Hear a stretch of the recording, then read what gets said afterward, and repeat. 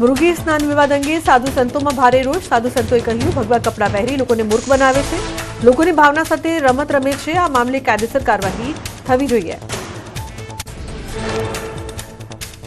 વિવાદિત કીર્તિ પટેલ મેળા દરમિયાન ભારતીય આશ્રમમાં જોવા મળી. ભારતીય આશ્રમમાં ભજન સાંભળતી જોવા મળી કીર્તિ પટેલ.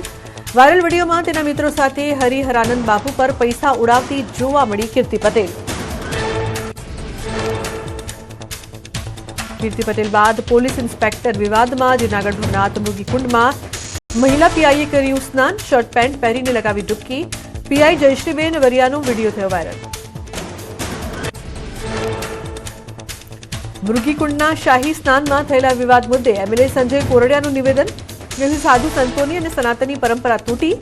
જિલ્લા કલેક્ટર અને એસપી કરી રહ્યા છે તપાસ. જેની ચૂક હશે તેની સામે અને પરંપરા તોડનાર સામે કાર્યવાહી થશે.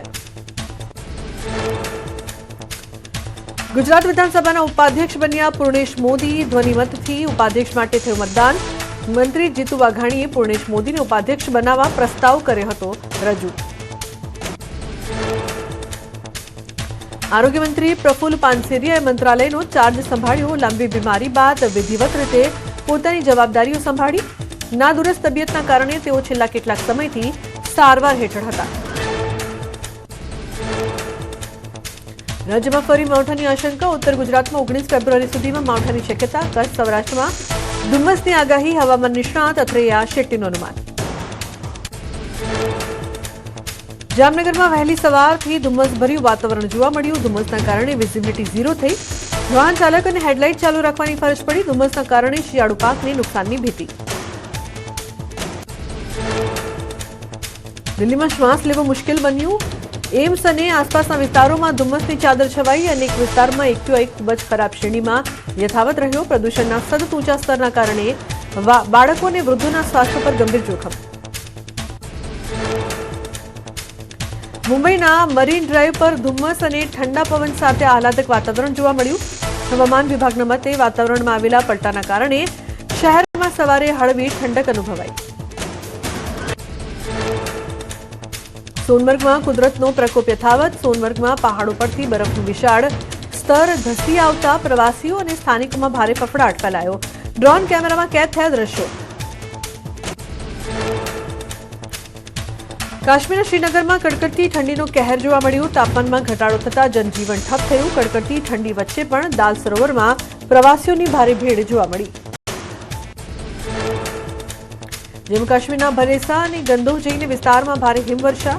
સમગ્ર પંથક બરફની સફેદ ચાદરથી ઢંકાયો. સતત પડી રહેલા બરફના કારણે સમગ્ર વિસ્તારમાં હાડ થીજવતી ઠંડીનો અનુભવ. જનજીવન પર વ્યાપક અસર જોવા મળી. ઉત્તરાખંડના પિથોરાગઢમાં મુનસ્યારીમાં ખલિયા ટોપમાં સ્કીઇંગની તાલીમ શરૂ. ભારે હિમવર્ષા બાદ 60થી વધુ યુવક યુવતીઓને સ્કીઇંગની વ્યાવસાયિક તાલીમ અપાઈ. પ્રવાસન અને સાહસિક રમતોને પ્રોત્સાહન આપવા માટે યોજાઈ હતી તાલીમ. મહેસાણામાં વિસનગરના આત્મણાવાસમાં પીવાના પાણીમાંથી મળ્યા જીવજંતુ. પીવાના પાણીમાં સાપના કણા જેવા જીવજંતુ જોવા મળ્યા. પીવાના પાણીમાં જીવજંતુ જોવા મળતા લોકોમાં ફફડાટ. પાલિકાની ટીમે સ્થળ પર તપાસ કરીને કામગીરી હાથ ધરી. ઉત્તર પ્રદેશના આગ્રામાં મોટી દુર્ઘટના ટળી. હરિપર્વત પોલીસ સ્ટેશન વિસ્તારમાં ટ્રેક્ટર ખાડામાં ખાબક્યું. અકસ્માતમાં ડ્રાઈવર જમીન પર પટકાયો. સદનસીબે આ ઘટનામાં કોઈ જાનહાનિ નથી થઈ.